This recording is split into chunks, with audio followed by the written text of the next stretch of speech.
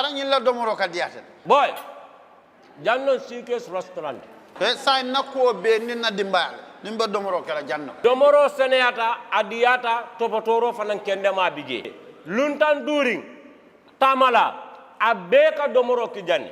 Adi manda wala de. Teka we bijele anim fanan ka fa di jang ikono e fa. E ka fa minne ko pastry anim bakery. Iko fanan be kalele. Badde lomba conference lomba workshop lomba ye fo fendin lon dunia kono. Domoro betama nyillom international otoda number 1. Amanke ba domola jandama. Esa domo jang is atariya. Wo mu kubandi. Sa na ko sa futandin. Oto san na ko be mu Seekers restaurant. Dafa na janno mu yat ni manje dorom bijam. Aban. Seekers Restaurant, known for best quality food and customer satisfaction.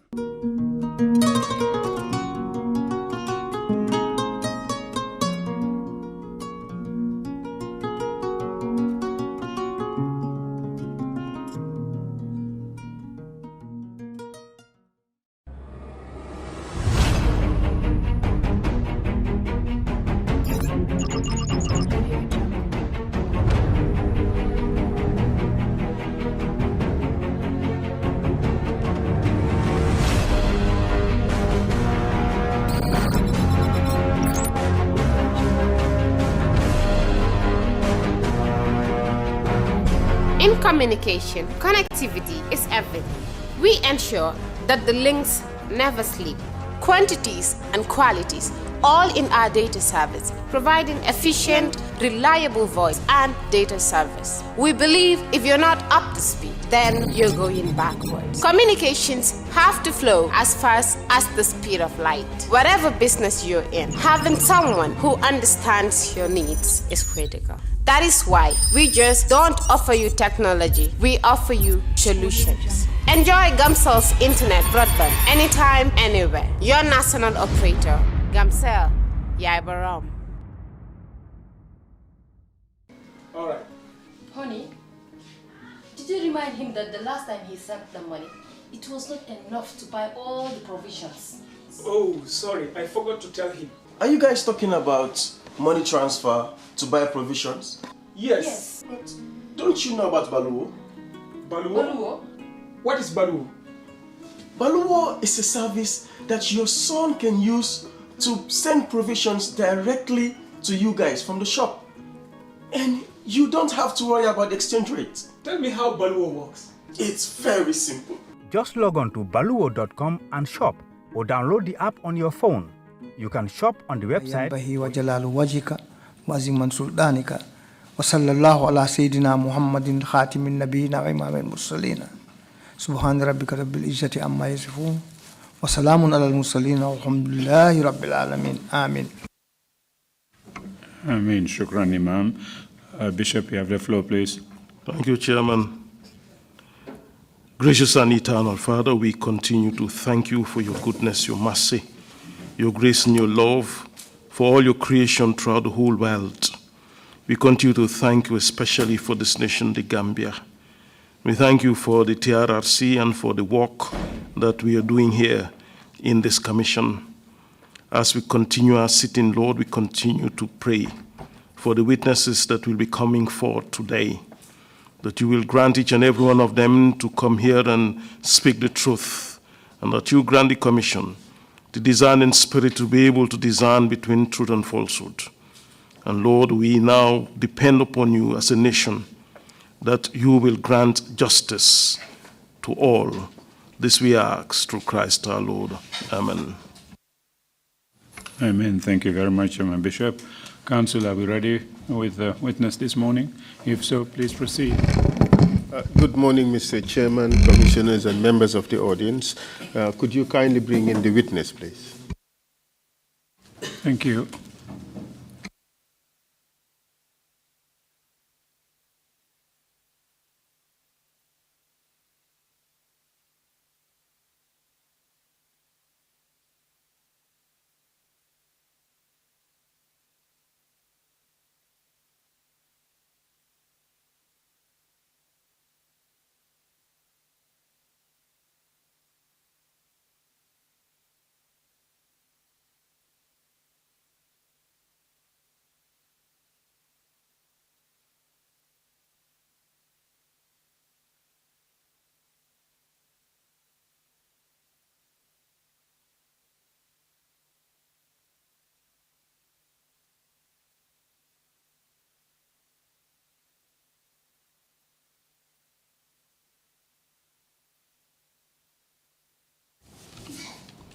I, Veronic Carayol, I, Veronic Carayol, do swear that I'll speak the truth, I will speak the truth, the whole truth, the whole truth, and nothing but the truth. and nothing but the truth. So help me God. So help me God. Thank you.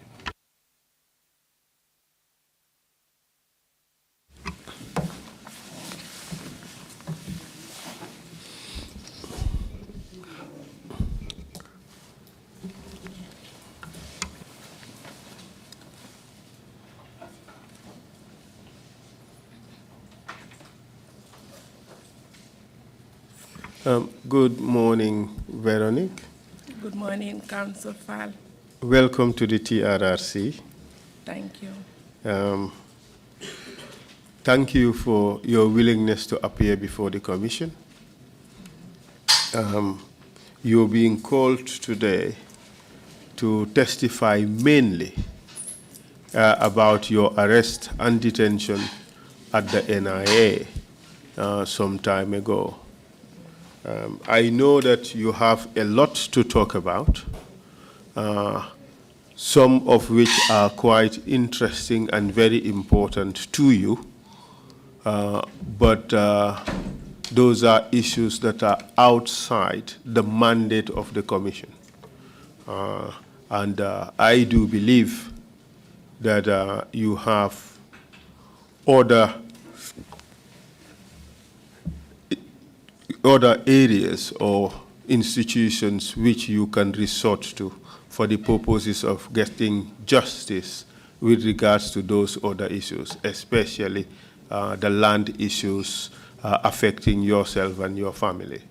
So the Commission would not go into those things for the purposes of this hearing, but you can always resort to other institutions in order to get justice with regards to those. So for the purposes of this hearing, we would limit ourselves to the arrests you have been subjected to in the past. Are we together? Yes, please, we are. Thank you very much. What are your full names, Veronic? Veronic Carayol.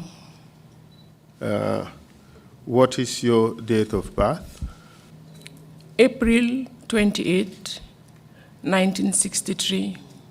Would you briefly give us your biographical information? But in the meantime, perhaps you should allow at least 3 seconds between our speeches so that the interpreters would be able to complete the interpretation. Could you give us briefly your biographical information, where you went to school and the dates? I went to school in Banjul, St. Joseph's Primary School. Then from there, I went to St. Joseph's Senior Secondary School to do my O-levels. From there, I went to St. Augustine's High School, where I did my A-levels. I completed in 1984, and I joined the then Customs and Excise Department up to 1996, when I was first arrested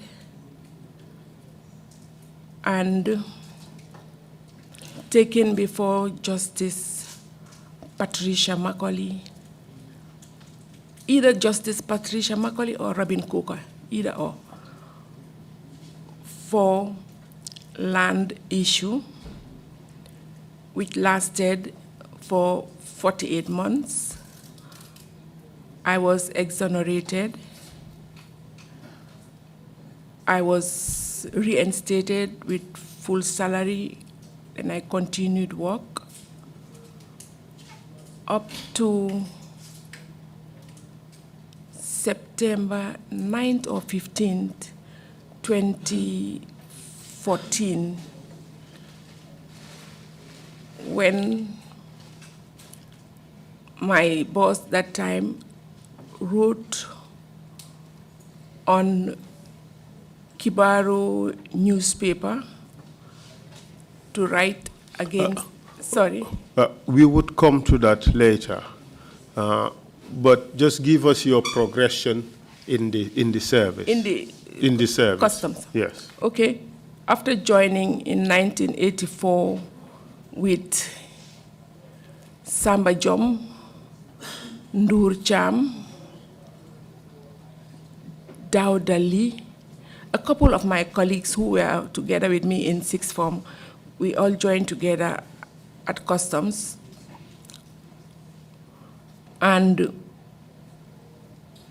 our boss that time, was it Mr. Savage also, said they have an intention of like training some of us who they feel would be somebody else there within the department, because like they lacked capacity there, so they want to build our capacity so that we will help them tomorrow, as they saw us as young breeds who can help our seniors. We embraced. You were basically head-hunted as potential senior officers, and you were brought into the service to be trained to become the future leaders of the Customs Department. Is that what you're suggesting? Exactly. And you indeed rose through the ranks, didn't you? I did. And after you were reinstated into the service after that commission of inquiry, you continued to rise in customs, didn't you? I did. And they brought some trainers from UK on capacity building that trained us at GTTI. Yeah, GTTI. That included us with our seniors that time, and their intention was to take some of us that were first, second, third, fourth, fifth, up to sixth for outside training. Did you undergo any outside training? Internally, they brought resource persons from UK. So did you pursue any academic training post your A-levels? I did here in Gambia with the Customs UK at MDI, and I think it was MDI or DFID or so that we had resource persons from that trained us. So you had training on the job. And you also had training on customs matters. Exactly. But you did not pursue any academic qualification post-advanced level? No. So you do not hold a degree in any discipline? No, I don't. Okay, good. So, but nonetheless, you continue to rise in customs, correct? I did. What is the highest position you had attained? Deputy Commissioner Enforcement. Okay. And that was the last position you attained, correct? Yes. Okay. And what are the responsibilities of Deputy Commissioner? As the Deputy Commissioner Enforcement, we used to call it JACA, but like time goes on, we changed it to Deputy Commissioner Enforcement. The JACA was like internal auditor. Just for the average layman to understand, it would be the internal auditor that has eyes, ears, and whatnot in the It's whole. like the oversight Exactly. mechanism within the customs itself. Yes, borders, Banjul, whatnot, the Gambia Customs. So, I mean, you are checking on their faults, failures, and whatnot, trying to guide them. So, it's to ensure that the systems, policies, and procedures are implemented. Correct. How long were you in that position? I think for 7 or 10 years. And according to the hierarchy at the time, where would you place yourself? Would I say second or third in command? Of the entire Gambia Customs Authority, or Gambia, what's the full name again? Customs and Excise Customs Department. and Excise Department at the time. Yes, because we have 3 deputy commissioners, then we have the commissioner. Who was your boss at the time? Yankuba Dabo, who is presently the Commissioner General. Of Customs. But at the time, there was no GRA? No, it was not GRA. It was Customs and Excise. Okay. When did you leave the service?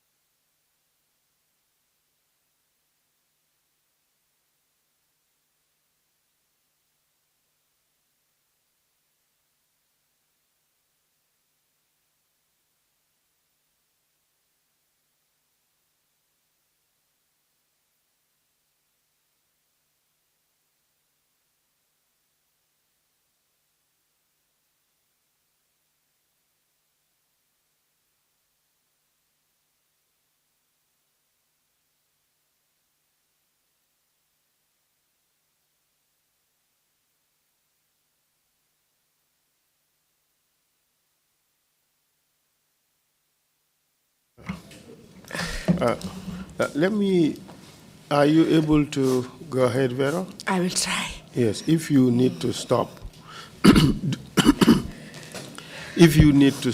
please do let us know, and then we would stop. And feel free also, if you think that a particular question you do not wish to answer, just let me know, and then we take it from there. This is about your own victimization, and we are here to give you the opportunity to talk about it in a very fair manner, being fair to you and to everybody involved. Are we together? Yes, we are. Good. All right. You were arrested sometime in 2014, correct? Yes, I was. Could you tell us the background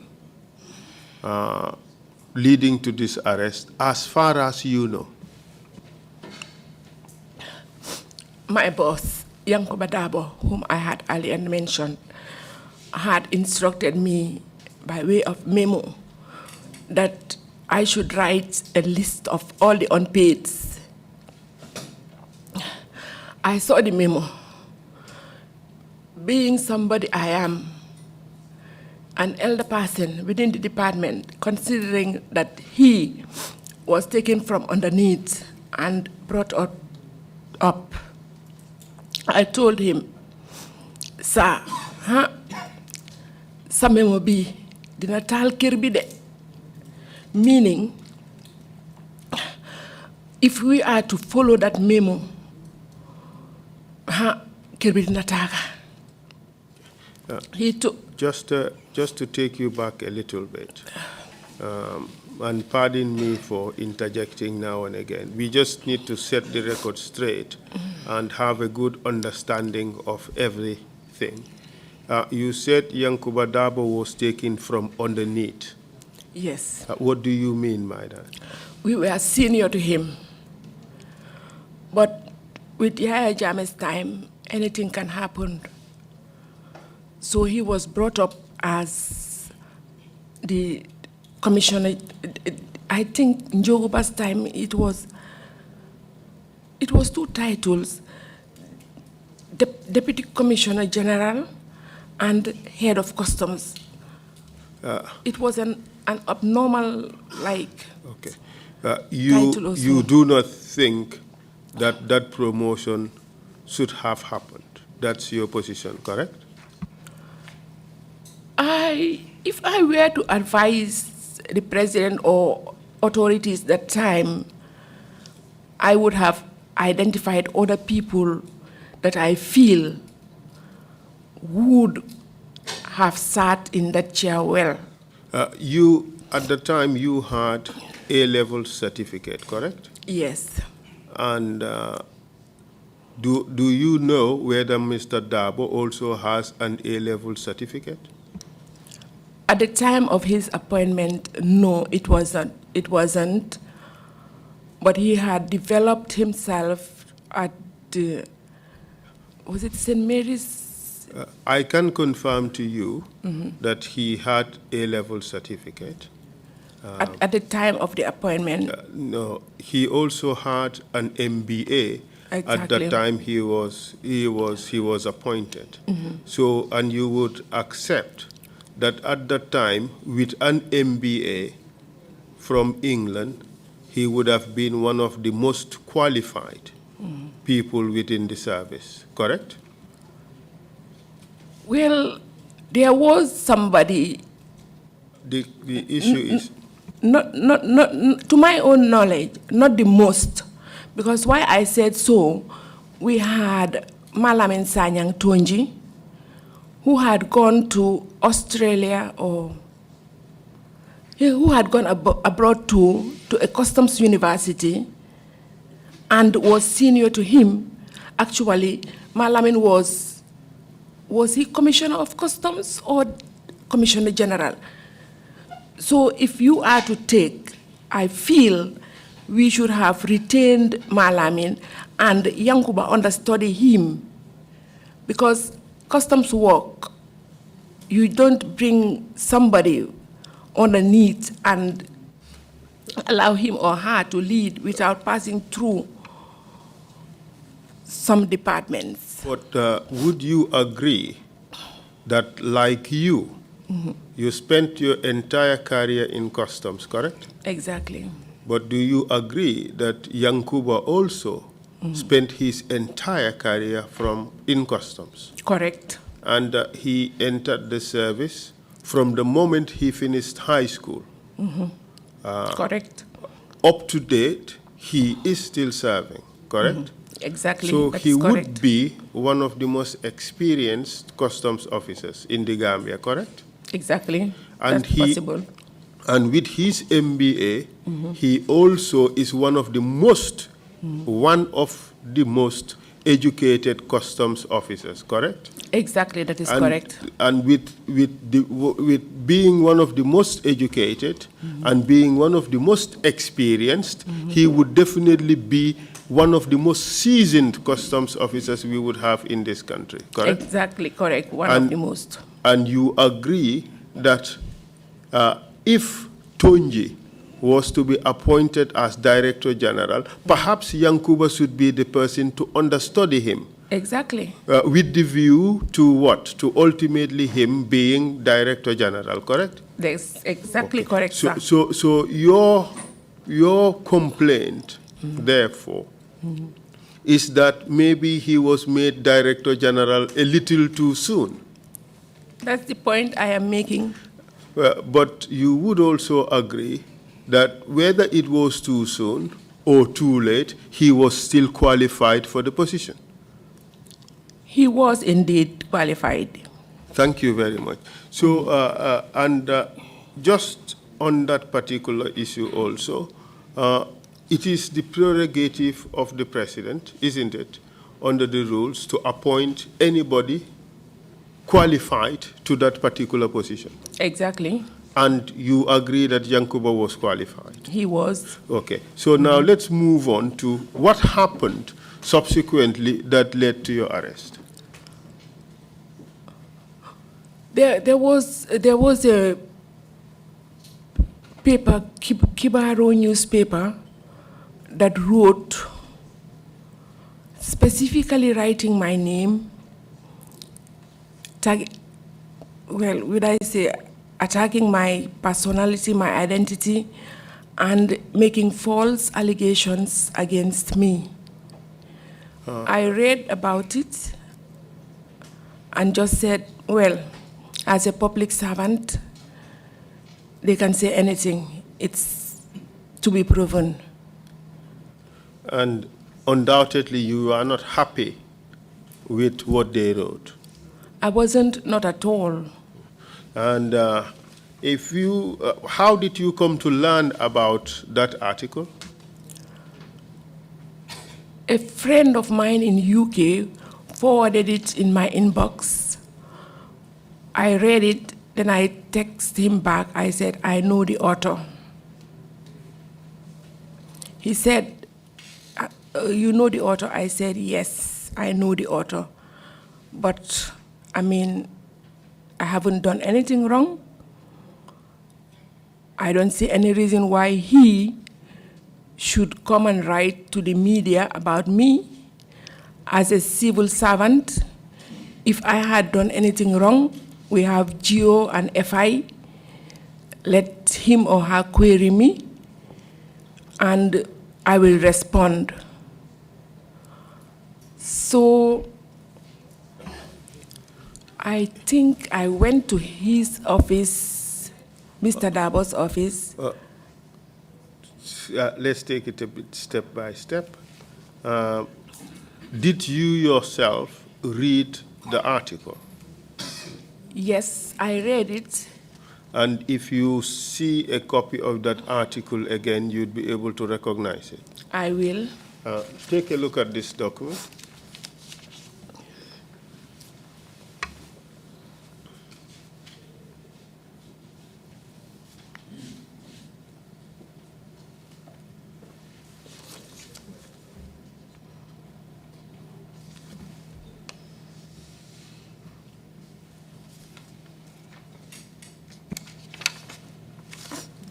That is the very article.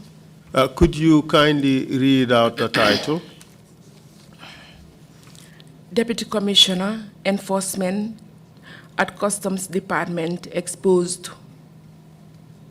And could you tell us from the article what are some of the accusations that have been made against you?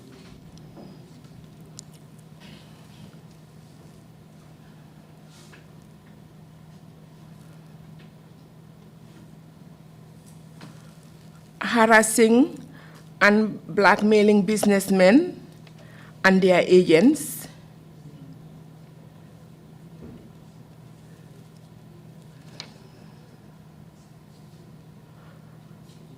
I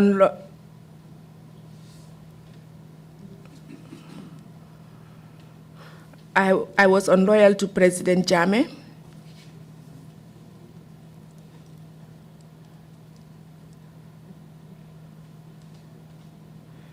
Everybody within the department is afraid of me.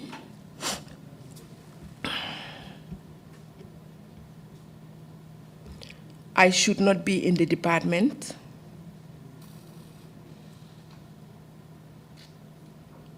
Yeah, these are some of the things I've... Mr. Chair, we'd ask, well, maybe I should do it later because these are two documents, so I'll put them in together at a later stage. This article was brought to your attention by somebody in the UK. You read it, you decided not to do anything about it. What happened next? I went to his office. To whose office? Mr. Yankuba Dabo's office, the then Deputy CG and Head of Customs. There were two titles to him. I told him, sir, This is what they have written on Kibaro newspaper. But, I mean, I would not say anything about it because Yahya Jammeh's regime or whatnot, I dare not say anything. But whatever, one day I will find out who wrote this, and I will take legal action. At that stage, did you know who wrote the article? Did who know me? Yes. Did you at that stage know who wrote the article? Well, I highly suspected it was him, Yankuba Dabo. What was your basis for that suspicion? Because the basis of my suspicion was, prior to that, he had instructed me to write a memo of all the unpaids. And I told him, sir, li dina tal kirmi. Why fake yakowa dina ko def, meaning like, since you had instructed me and it's in black and white, as a civil servant, I will do it. But I was not the one who was sitting on that chair. It was Abdou MC Jallo who was sitting on that chair, who was supposed to collect all those monies. You are giving me a heavy burden. It would be difficult to collect it, but I'll try my level best. Was it within his responsibilities to instruct you to write that memo? Yes, he was head of the institution and my immediate line manager. Was it part of customs work for that type of memo to be written? Yes, it was. And he had directed it to the correct unit, which is the enforcement unit. And therefore, in your estimate, from what you have said, he acted properly? Exactly, he did. Okay. So, having acted properly as your boss, why would you now suspect that he's the one who wrote this article attacking you? Why I suspected he was the one that wrote, two or 3 days before he traveled to Dakar, I told him, sir, memo bi munge isi wade. Now I have also given it to Abdou Jallo.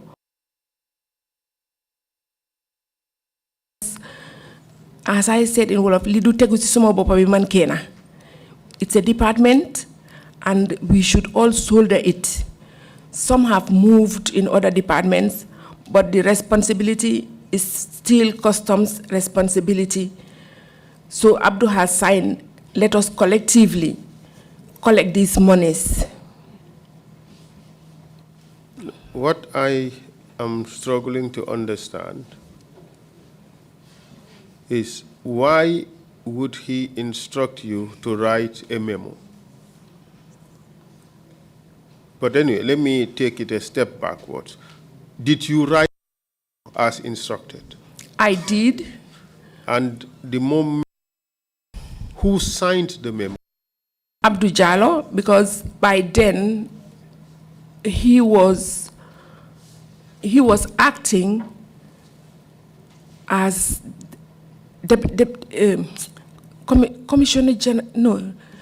Commissioner of Customs, because by then Yankuba had traveled to Senegal. He was overseeing, Abdou Jallo was overseeing. And where is Abdou Jallo presently? He died. So May he his is soul late. rest in peace. Yes, yes. Amen. So, was there anything that was wrong in that process, apart from your expectation that some people will not be happy about the memo?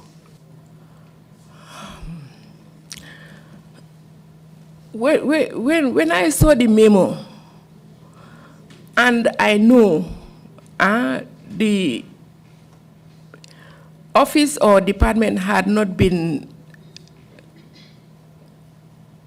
audited for how many years, the memo being addressed to me, I said, what a burden, because it would be difficult to collect all those monies. And I mean, Abdu, as I said, may his soul rest in peace, was not like using the computer. And we were using Asikuda as a tool to help us in our job. The question what I'm trying to get out of you is, you said you suspected that it was Mr. Dabo who wrote the article. No, let me land. Okay, please, go ahead. Because why I said so, had it been, I was the one writing the memo, or the head that time, we would have been using Asikuda to help us. We would not have landed ourselves in having unpaid declarations.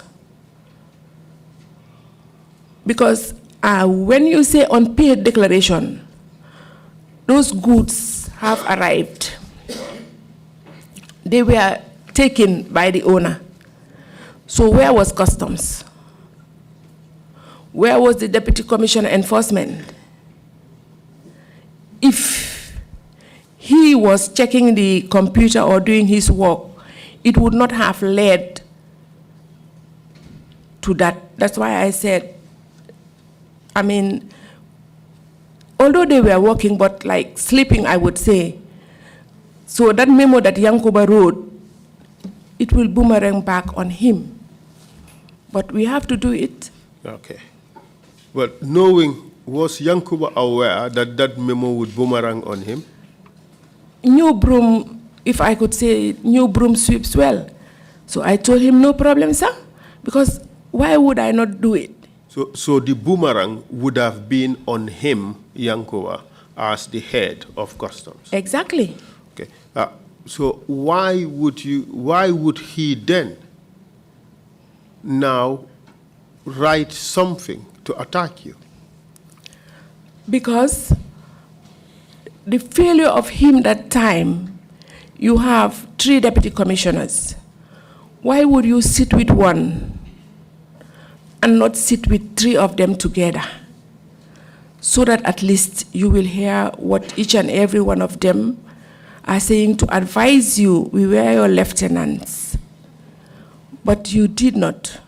But what I am trying to understand is your basis for your suspicion that the article was written by Yankuba and not somebody else.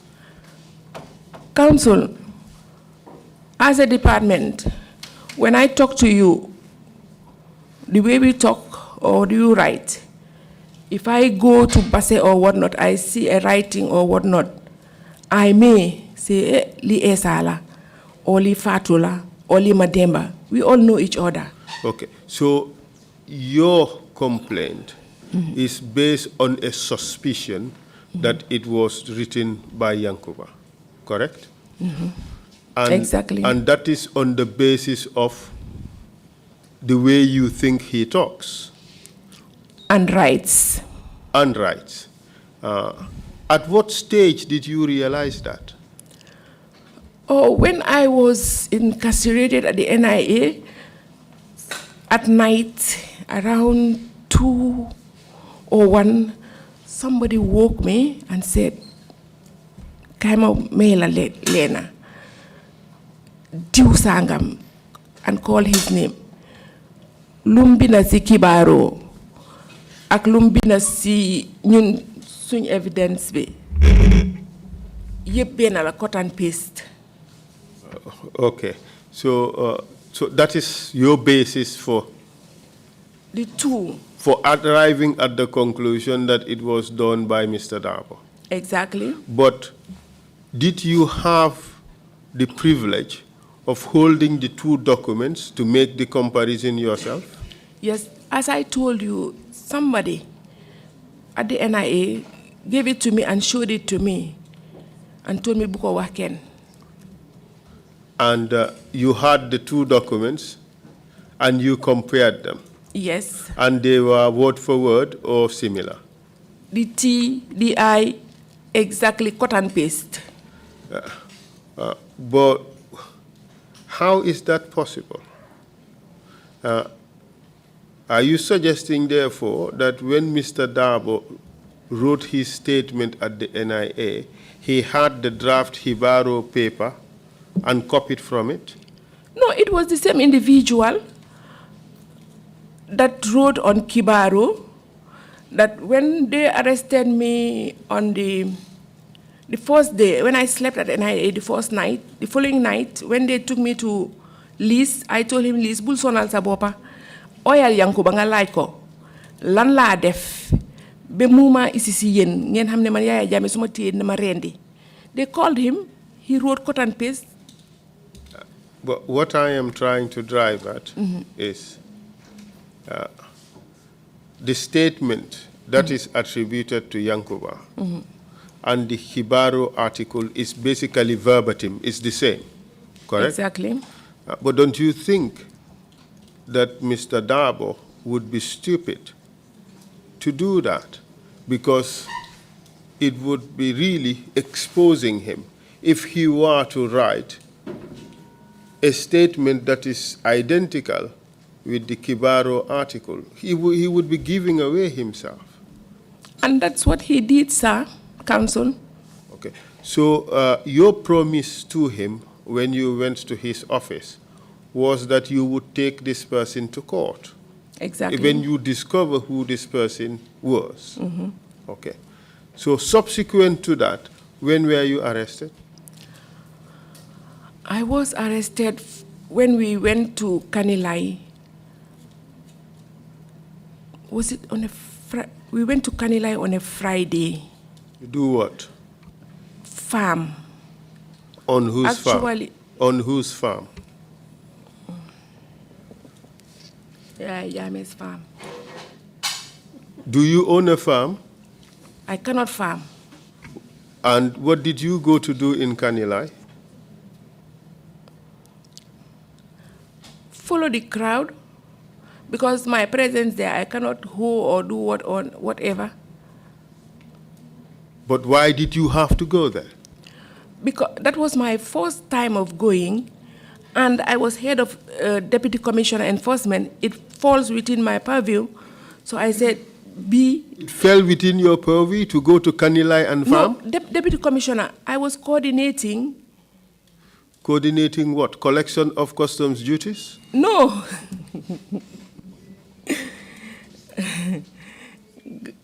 What were you coordinating? The staff, they are feeding and whatnot.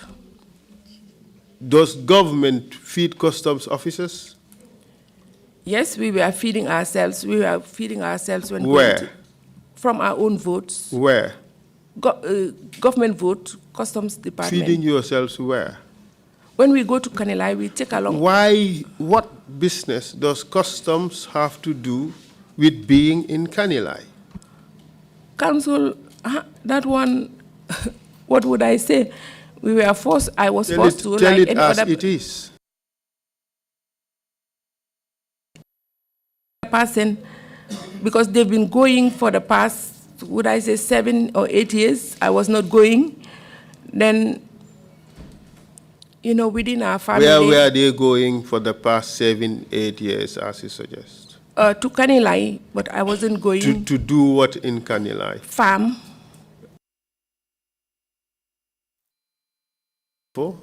Or they're plowing using tractors as well? Being there.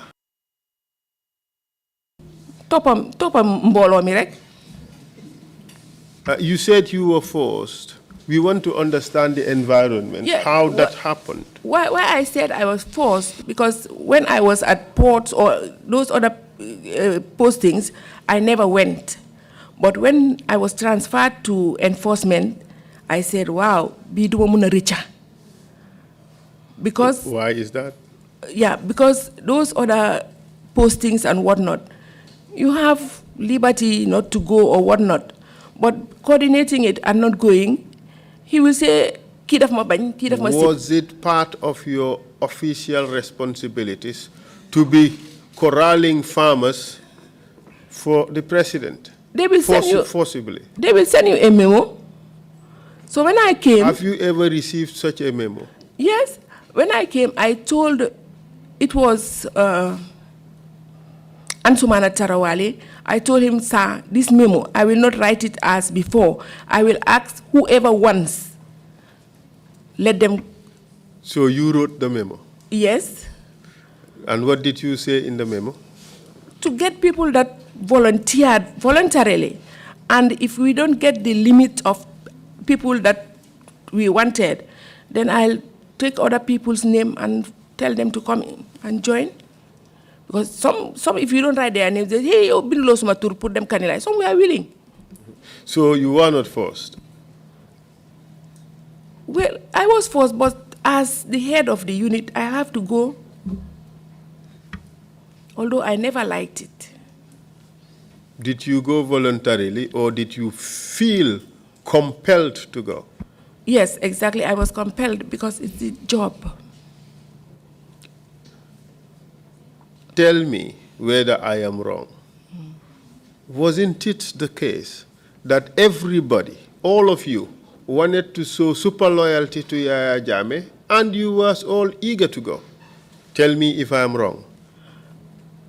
Say that again, sir. I am putting out there a broad proposition. Identify the problems in that proposition. Tell me where it is wrong. Was it not the case that these senior civil servants wanted to demonstrate super loyalty to Yaya Jammeh and they were all eager to go and farm in Kanilai, even though they couldn't even cut grass in their homes?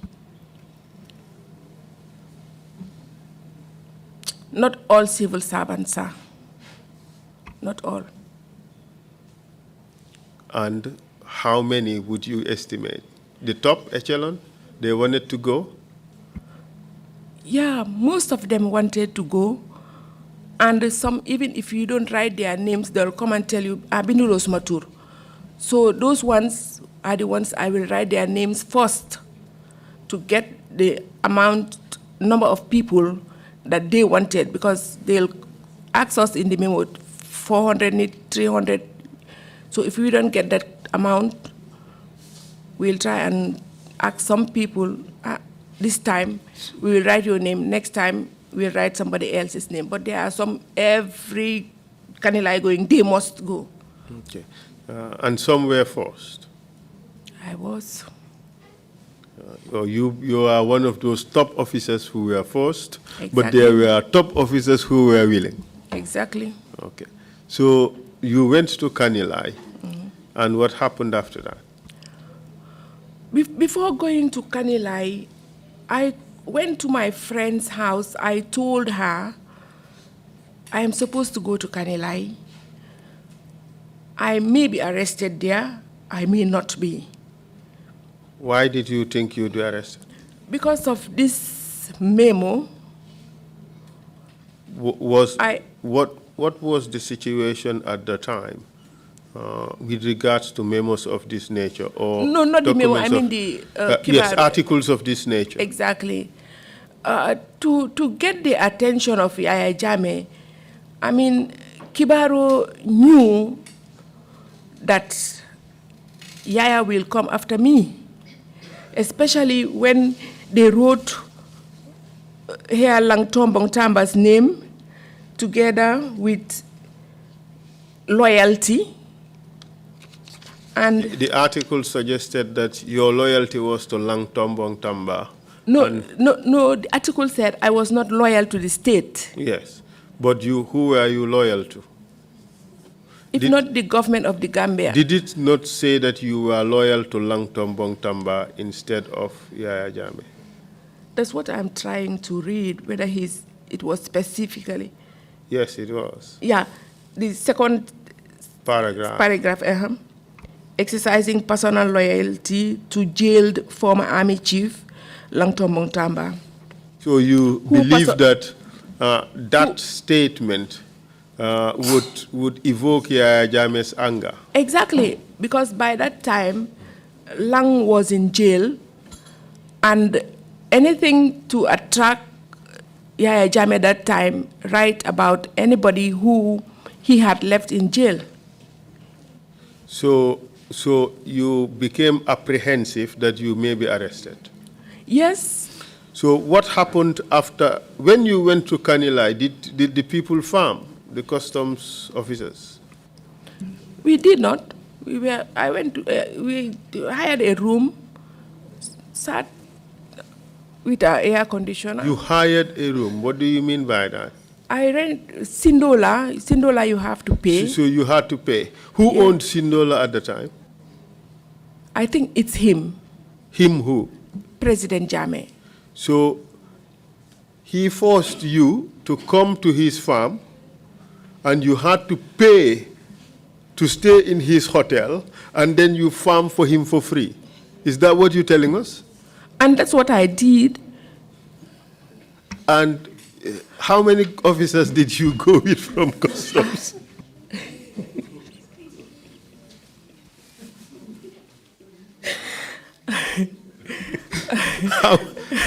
How many officers did you go with from customs? That time, mostly we used to go with 50. And all those 50 were accommodated, weren't they? No, the hotel, we were about 6 or 7 in that room. Okay. But it was paid for? That room, yes. By who? Myself.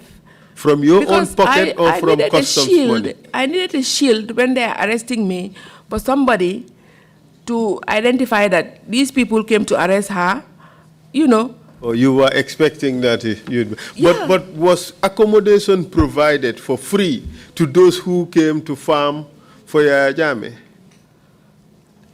They call it, that area, oh my God. Is it not Playfield? Oh my God, I've forgotten where they do their wrestling arena or whatnot. That's where normally they accommodate us. It's open area. So I said... So people sleep in the open? That's exactly. So I just said, It was like a campfire? That's where they did do their dancing and whatnot. So I said, let me take a room with some 6 colleagues or 7, we were 6 or 7 in number.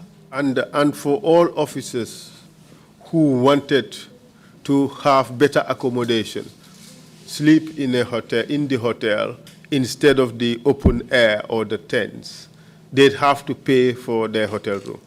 Yes, that time I paid, but like the compound next to him, Siaka Bojang's compound, normally I do stay there because Siaka together with Yaya's young elder brother were all brought up by my grandfather. So it's like that wasn't your first time going, was it? No, that's why I said the last time we stayed there, because Siaka is a clearing agent and a relative to him. So when I was going and I needed more people to help me, bail me out, I said, Kale, need them Nijel Hotel. Okay. How many times have you been to Kanilai? I think 3 times. Well, were all those 3 times to go and farm for Jammeh? Yes, all three were to go and farm. Did you ever farm? As I said earlier, I have never. I don't even know how to. So you go there and present yourself and... Just a passenger in a vehicle. All right. Okay. So when were you arrested?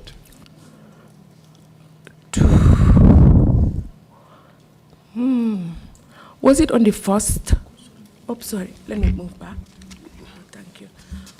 Was it on the 1st or the 2nd of September? But it happened after you returned from Kanilai.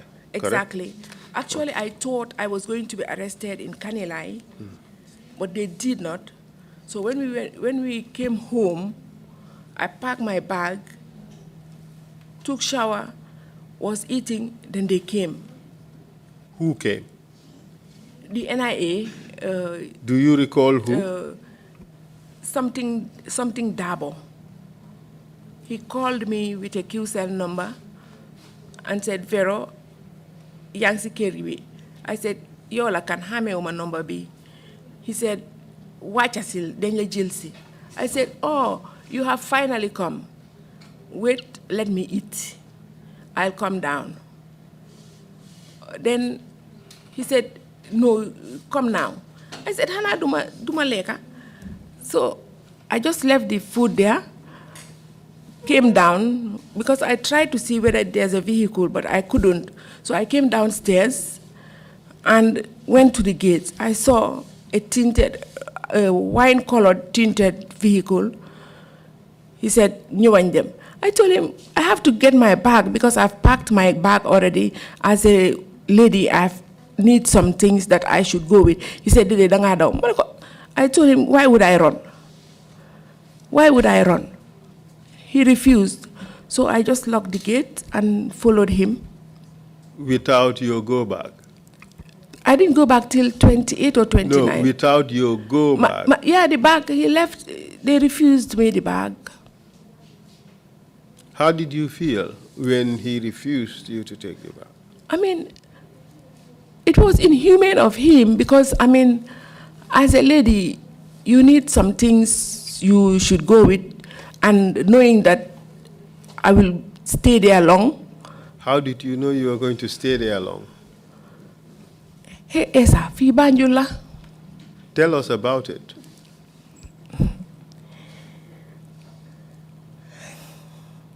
Somebody told me that, I mean, you were arrested once, twice, but this one won't be easy. So I said, wow. When were you told that? Was it, I think, a week or so? Before or into your detention? Before. So I told Marie Ndur, she's a police officer, head of that time Western Division. So I told her, Marie, they said they will arrest me, and this time it won't be easy. They want to give Alaji Conte my chair, and Alaji doesn't fit in that chair. But you would agree that all this is speculation.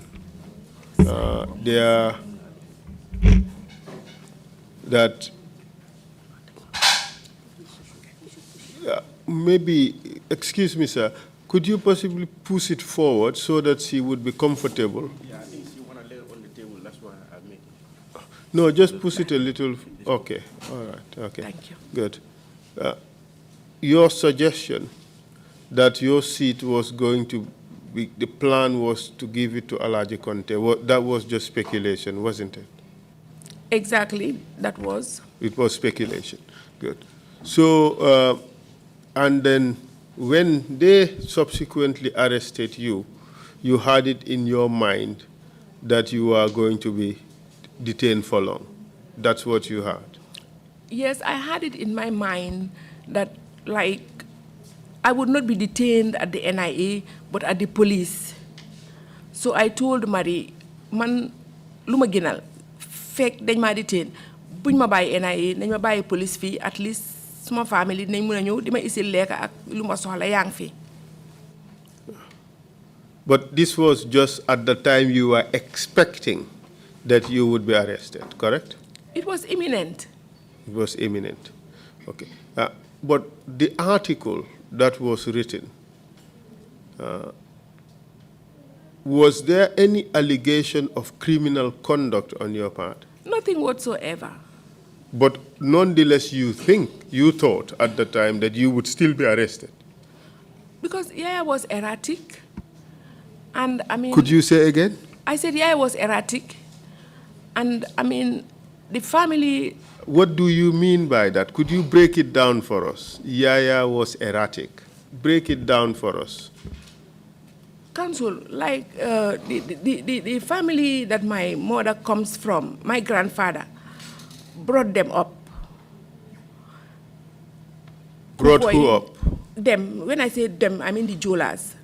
Like Kukoi, plus his elder brother, Peter Lamin Sanyang. This Siaka I am talking, who lives next door to him in Kanilai. Benedict Jame, David Coley. All of them, they live in a compound at Dobson Street. So, I mean, instead of saying thank you to my grandfather or whatnot, the first thing that Kukoi did was to come to our compound with a gun during the coup. The same applied to Yaya. That was 81, right? Exactly. The same too with Yaya when he came to power. What did he do? He arrested me in 96 or 98 to come after my grandfather's property or whatnot, together with my mother's property, together with my properties, passing through Joint Officers Mess Act. But you do agree that in 1998 there was a commission of inquiry with regards to assets? Yes. Okay. And that is the commission of inquiry in which you participated in, yes. Correct? Mm-hmm. And the commission of inquiry exonerated you, correct? Exactly. And you were reinstated to your job, correct? Exactly. And you were paid all the monies that you were due, exactly. Correct? All the salaries were paid back. Mm-hmm. Apart from the anguish of going through the commission of inquiry, the government owe you nothing, correct? Exactly. And you are satisfied with the settlement? Yes. Okay, good. So then that one shouldn't be a problem, correct? Exactly. Good. So now, with regards to this particular arrest, you were expecting that an arrest was imminent. They came for you, somebody called Dabo. He wouldn't let you take your go bag, and he whisked you away. Take it from there and tell us what happened afterwards. So when I insisted on taking my bag, he said no. I went. I slept there that night because it was around 6, 7. When you arrived at the NIA, they booked me. Which premises did they take you? Yes, but did they process you in somehow? Yeah, they booked me with in their diary, took my mobile, took my details, then they told me, Demal talk Philly. Where was Philly? Their hall. Okay. It's an open hall. Okay. Did they tell you what you were being taken there for? They did not. That same day, they did not. Did they give you the opportunity to talk to a lawyer? They did not. Did they give you an opportunity to speak to a family member? No, they did not. They just let you stay there? Exactly. And did they provide you with a bed, a sleeping place, and somewhere to sleep, something to sleep on? No, it was it Sabali? The then Secretary General, he's Usman. The Sabali who was Secretary General was called Momodu? Exactly. He was the one that found me sitting and said, hey, ñi duñ la bayyi fi de kayma arrange la room bi nga fanan fa. I told him fanan. 1 hour, 2 hours, 3 hours. Let's try to understand this. You mean the Secretary General came to the NIA premises? No, he was arrested too. He was arrested too. Ay fofu dafa neexon de. ñun ñu fa neexon. Ñun ñu tombé won ñu nekk fofu. Ñun ñu bari la won. He was there. He was the one that told me, these people, I doubt whether they leave you here. 1 hour, 2 hours, they didn't release you. Okay. Come, take this room. Veronic, I was thinking that perhaps maybe to capture some of what you were saying, you can speak in Wolof, and then sorry. we can have interpretation in English if you so wish. Oh. Hmm? Let me try and continue in English. Okay. All right. It's your choice. It's your testimony. So at that time, you said Fufu dafa neexoon ñun ñu bari la woon. Who and who was there? Myself, Sabali, 5 other prison wardens, Jata, Jata who? Police officer, crime management, CMC or whatnot, at Keraba police station, together with the Alcalo's son, Burfoot, Pa Khalifa Sano's son, I've forgotten his name, together with the one that sells his hats, Tambedu. They call him Rossi because he was a footballer. We were there all together. How many females? How many? I was the only one. Did they segregate you? No. You had? At night, one of them will come and tell me, this is the room that they gave me. Now come and sleep. I'll come and sleep in the hall. Then you will come and sleep inside the room since you are a lady.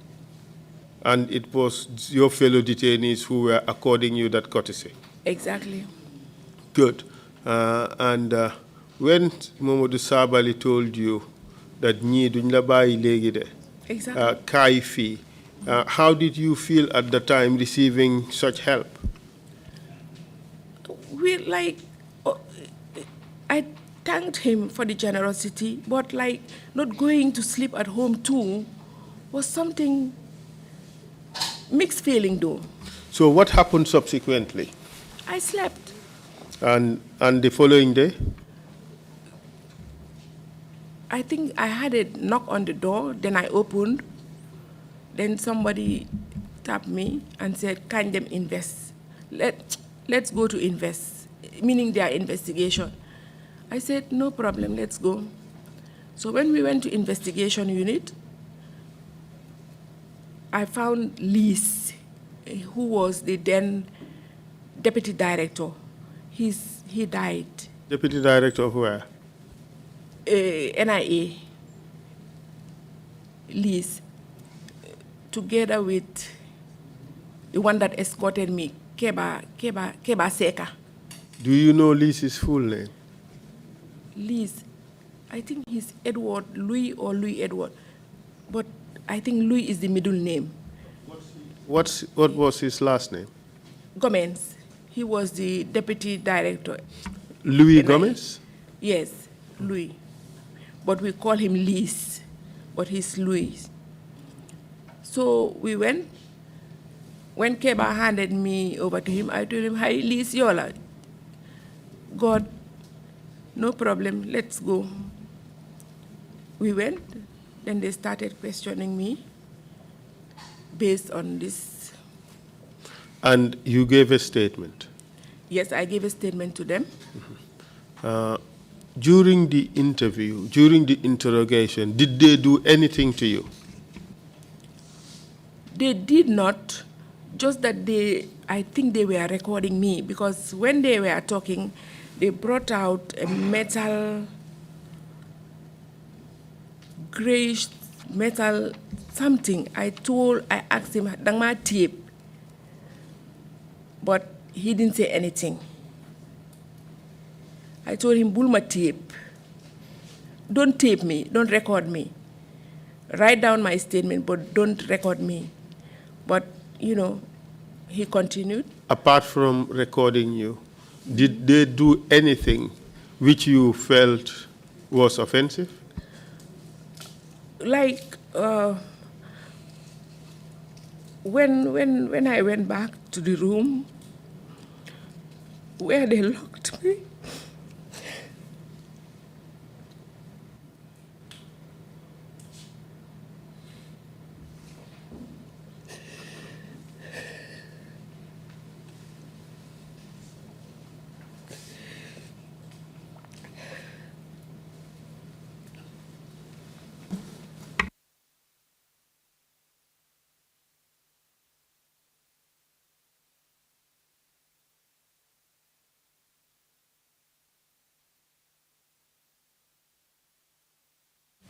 Mr. Chair, may we call for the morning break earlier than usual, 10 minutes earlier, just to afford us the opportunity to let the witness recuperate.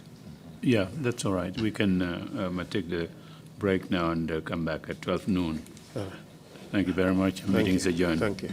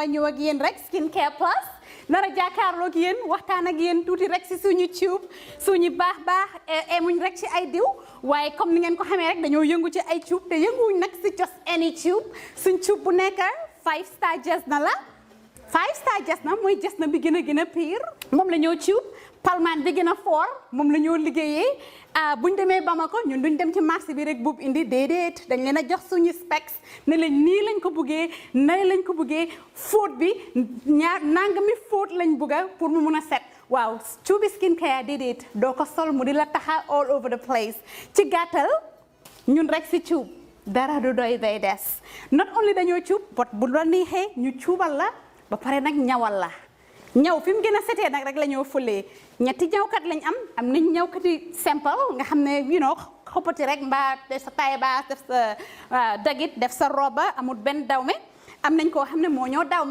dawme jigéen den am nañ tamit special ñawkat boo xam ne ñawi góor rek la ñoo defal nga bugg sa his and hers muy korité muy tobaski mbaa muy ngénte muy takka mbaa nga bugg rek def sa yëkka bu baax a baax daagul ba ñëw skincare plus ñu dimbali la tànnal la cuub fam gën a baaxee ndax sa yëkka gën a foor lii nga ne lan xoolal bi takka la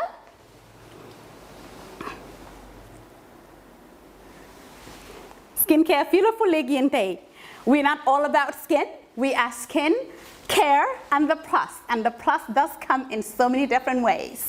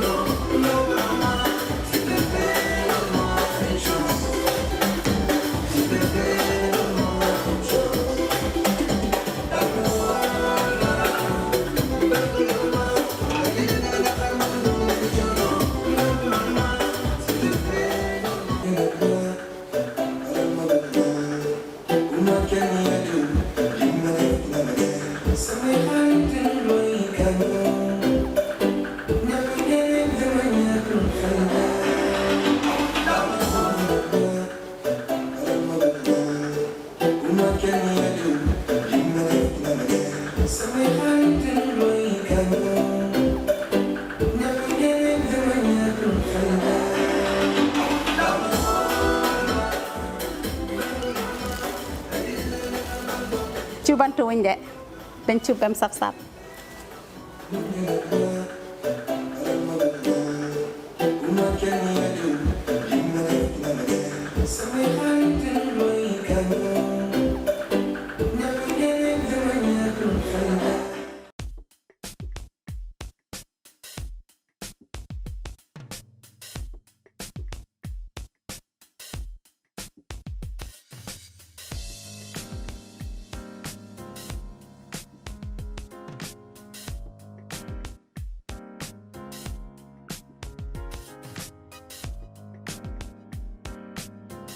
Miss B Designer Outlet is the #1 quality and affordable stop shop for all your needs.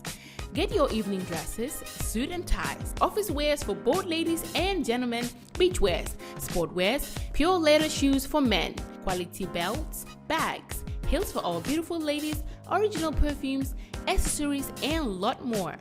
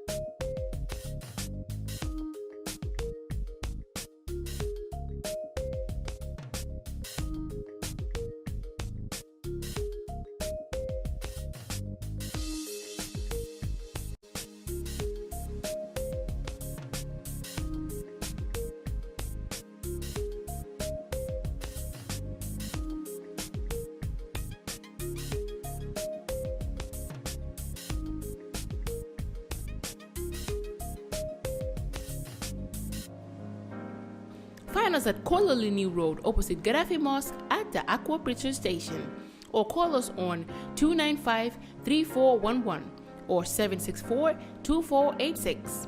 Miss B Designer Outlet. Shop right, look good.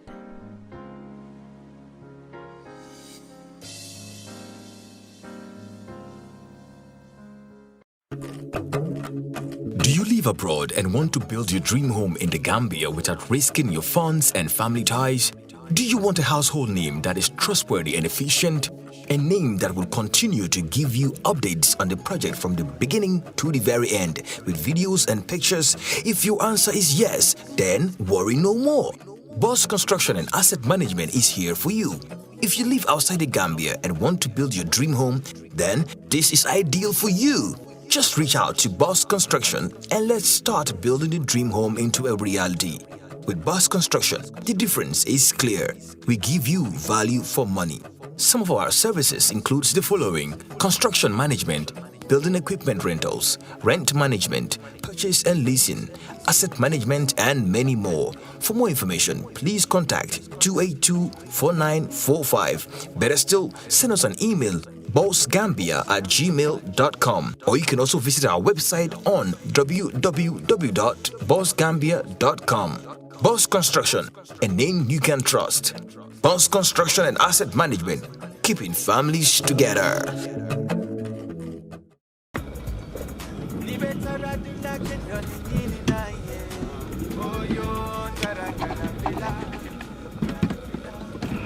No, ini bara. Welcome. Basically, lot of lala me along is cool, man. That I can really relax. What the madam? Yeah, what the madam? Yeah. Let them do something. That's fine.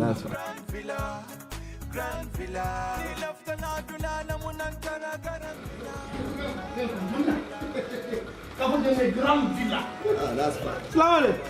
Yes. No.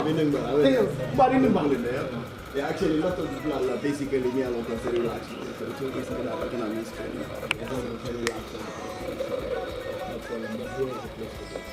Nina Fanny say what? Nidia, Nena Grand Villa is the best guest house in the Gambia. Beji and the Grand Villa Guest House. Na labungul bebe senyaring adum na bungul bebe nyarandiring coming ibela fila ila suwe taranyame until Grand Villa na kiliano la lafino wala mukawatin telkang na ye sabati Grand Villa yela kodo na fa kalamuta.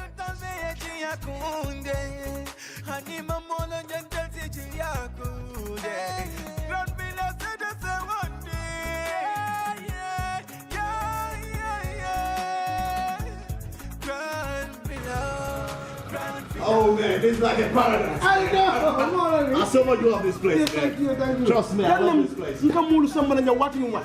How to jump and know to Gambia. Grand Villa. I tell you. I love this place. Okay. Yes. I love this place, man. Oh yeah. Ni lefta na kuo keso sotola. Futama Oljuntum Paradise Estate. Mbaya kumandiroke 7527-218. Wale futana website auto www.grandvillaguesthouse.com. Grand Villa Guest House.